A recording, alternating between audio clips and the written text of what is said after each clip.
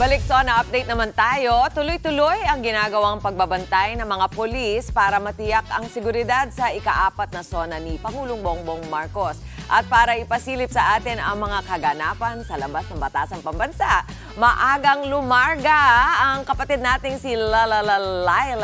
Laila, kumusta ang mga paghahanda dyan? Good morning, kapatid!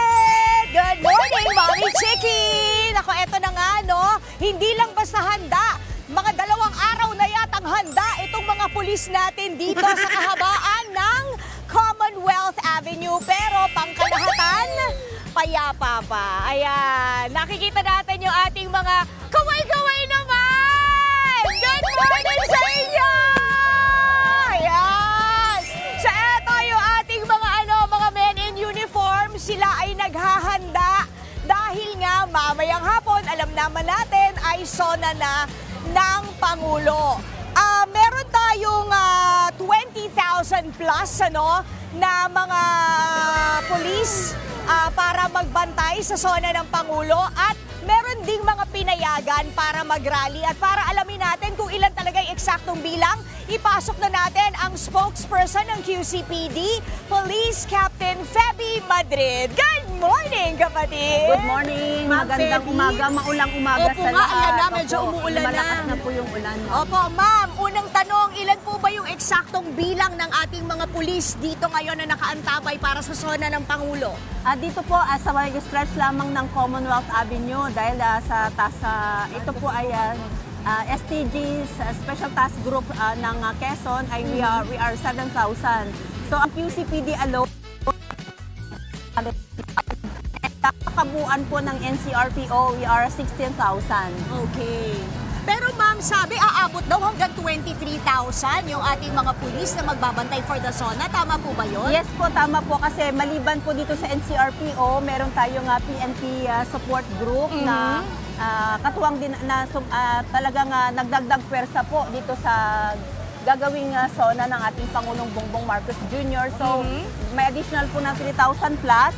At meron din po tayo sa mga iba't ibang law enforcement agencies na nakikita ninyo. Meron tayong BGMP, may fire. So lahat po, may additional din po na 2,000 plus. So, ang sa pangkalahatan po, we are 22,000 something. I see. Ma'am, halika. Sumilong muna tayo kasi ayoko namang mabasay ang uniform mo. Pwede po makisilong, mga pogi? Okay. Ayan, ma'am, dito tayo. Ayan, para Sige, okay lang yan. Gusto ko yan. Papakita natin yan mamaya. Okay, ma'am. So ano po yung mga, meron po ba tayo mga threats na nare-receive mula sa mga intel natin na baka may manggulo o kung ano man?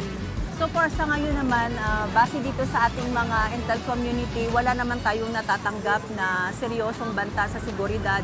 However, hindi naman po tayo pwedeng magpakampante. So tuloy pa rin po ang ating monitoring sa ating mga pinaigting na pagbabantay sa mga security measures na sinusunod natin para po masigurado po natin upang matiyak na magiging ligtas at payapa itong sona ng ating Pangulo. Ma'am, alam naman natin, di ba, kada taon, tuwing sona ng Pangulo, may mga nagrarally. Paano po ba natin pinaghahandaan yun? O ilan po ang allowed na nabigyan ng permit para mag-rally, madam? Sa ngayon naman po, ito ang base dun sa binigay na permit ng ating Quezon City Local Government. Meron po isang grupo, ito po grupo ng bayan na nandito. Dito po sila na approve ng LGU na dito po sila mag-stage ng kanilang demonstration. And, dito po sa kahaba ng Commonwealth, ma'am? Yes po, dito sa may 100 meters away from St. Peter. Okay. So dito po dun sa unahan. Okay, Kaya hanggang dito lang din kami kasi hindi naman, meron naman tayo dito sa Batas, meron tayong 100 meters na dito sa mga nagsasagawa ng kanilang programa. Kaya dito po ang buong persa ng ating yung buong persa na ito po ay independent na security component na binubuo ng iba't ibang ahensya ng mga law enforcement agency para po ma-secure na maayos at payapa. So, yun, sa nakikita nyo din, nandito din yung mga fire truck ng ating PFP at saka yung truck din ng BGMP. Kaya po, para lang din na Kaya kami nandito just to secure, hindi naman po para alalayan at tiyakin na ligtas ang lahat ngayong SONA. So itong pagsasagawa ng mga rally ng ating mga kababayan ay karapatan naman po nila yun. And we respect. So kami naman po, we are professional and we observe maximum tolerance. Ma'am, yung mga magsusunog ng effigy, pwede po ba yun? Yun namang sa mga magsusunog ng effigy, we encourage na wag na po sana nilang ituloy kasi unang-una hindi naman po yan sa hazardous, meron tayong Clean Air Act. And if they are, kung ano pa po yung kanilang gusto din na patunayan, so as much as possible, we encourage na wag na lang silang magsunog. Okay. Pero kung may mga paglabag, then titingnan natin kung ano yung pwede nating isampang complaints against those. Okay. Ma'am, eto po ba ay mga tao mo lahat? Sila Yes ba? po. Oh, wow! Yes po, So ito good po lahat. morning sa inyo! Kamusta kayo? Kaya-kaya ba? Yes! Okay, ma'am. Thank you so much, Ma'am Feby. Alas 3 pa lang ng umaga, nandito na po Alas yung... 3 walang lang umaga. Gising na ang QCPD. Thank you so much. Police Captain Feby Madrid, ang ating spokesperson for QCPD. Ma'am, iikot lang ako ha. Okay Yes lang? po, yes po. Uunahan na kita mag-inspeksyon ha. Okay, so tingnan nyo muna rito. Dito muna tayo. Nakikita ninyo, eto na yung mga police natin, nakaattabay na sila kasi beyond yung line na yan, yung sinasabi ni Ma'am Feby na 100 meters kung saan pwedeng mag-rally yung ating mga rallyista. At syempre, kanina nakita na natin ito. Kita nyo naman. Ano tawag dito? Ayan o, ready na yung kanilang shield.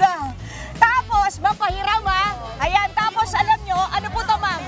Ibang district din Dito ito. ma'am, harap tayo. Ano po to? Ito, shield po ito. Ito yung ating mga nandito din ngayon, mga augment din ito from Eastern Police District. I May mga augment din po tayo sa see. Eastern, Okay. sa regional headquarters ng RMFB. Meron din po tayo sa SPD. May Oo. mga dagdag pwersa po tayo. Matibay po to, yung shield na fiberglass ginagamit. to. Opo. Okay, ma'am. Oh, dito tayo, pupunta tayo dito, mga kapatid. Bibit-bitin ko na to.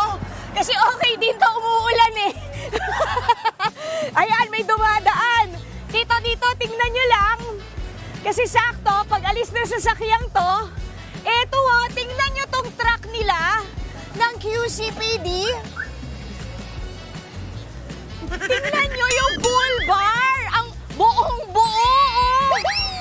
Parang gate! So ayan, Ma'am Feby, dito ka. Para saan po ba to? Bakit Ito po ganyan? kasi, Parang may gate yes. yung truck ninyo.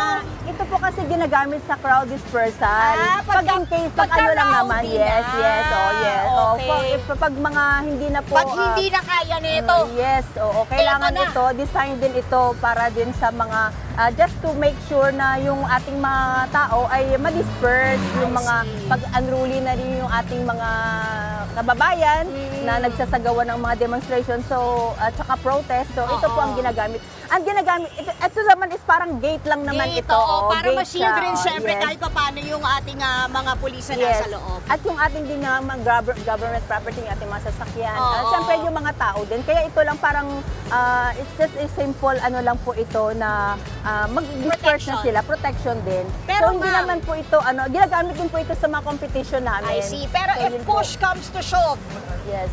if push comes to shove, pag talagang makulit, umaabante po ba to? Yes po, may driver naman po tayo, meron po driver ito. Ginagamit lang din ito for crowd dispersal. Ano talaga, solely para lang po doon ma-disperse yung mga kababayan natin na talagang nagpupumilit na Okay. tumuloy. Ay ma'am, halika, Yes po. parang may nakita pa ako dito. Ayun o, saktong-sakto. Kasi pag nauuhaw tayo, pati Meron ang po, mga yes. pulis natin, eto ang water station ng Maynila. Good morning! Ayan o, pag nauuhaw, pwede kayong mag-refill dito. Water station ng Maynila. At syempre, hindi ka naman pwedeng iinom ng tubig nang walang cup. Libre na yung cup niyan. Ay, saktong-sakto. Nauuhaw ako eh. Gusto mo ba, Ma'am Feby? halika.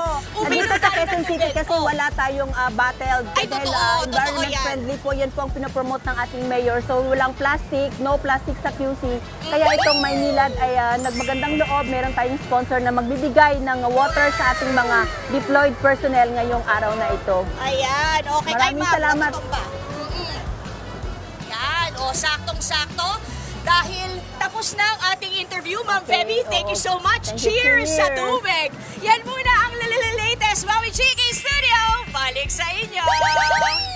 Naku, Laila, konti na lang ikakulay mo na yung mga PNP dyan sa raincoat mo. Mabuti na naka-DOOTD ka, hindi ka mapagkakamalang pulis. Maraming salamat sa iyo, Laila.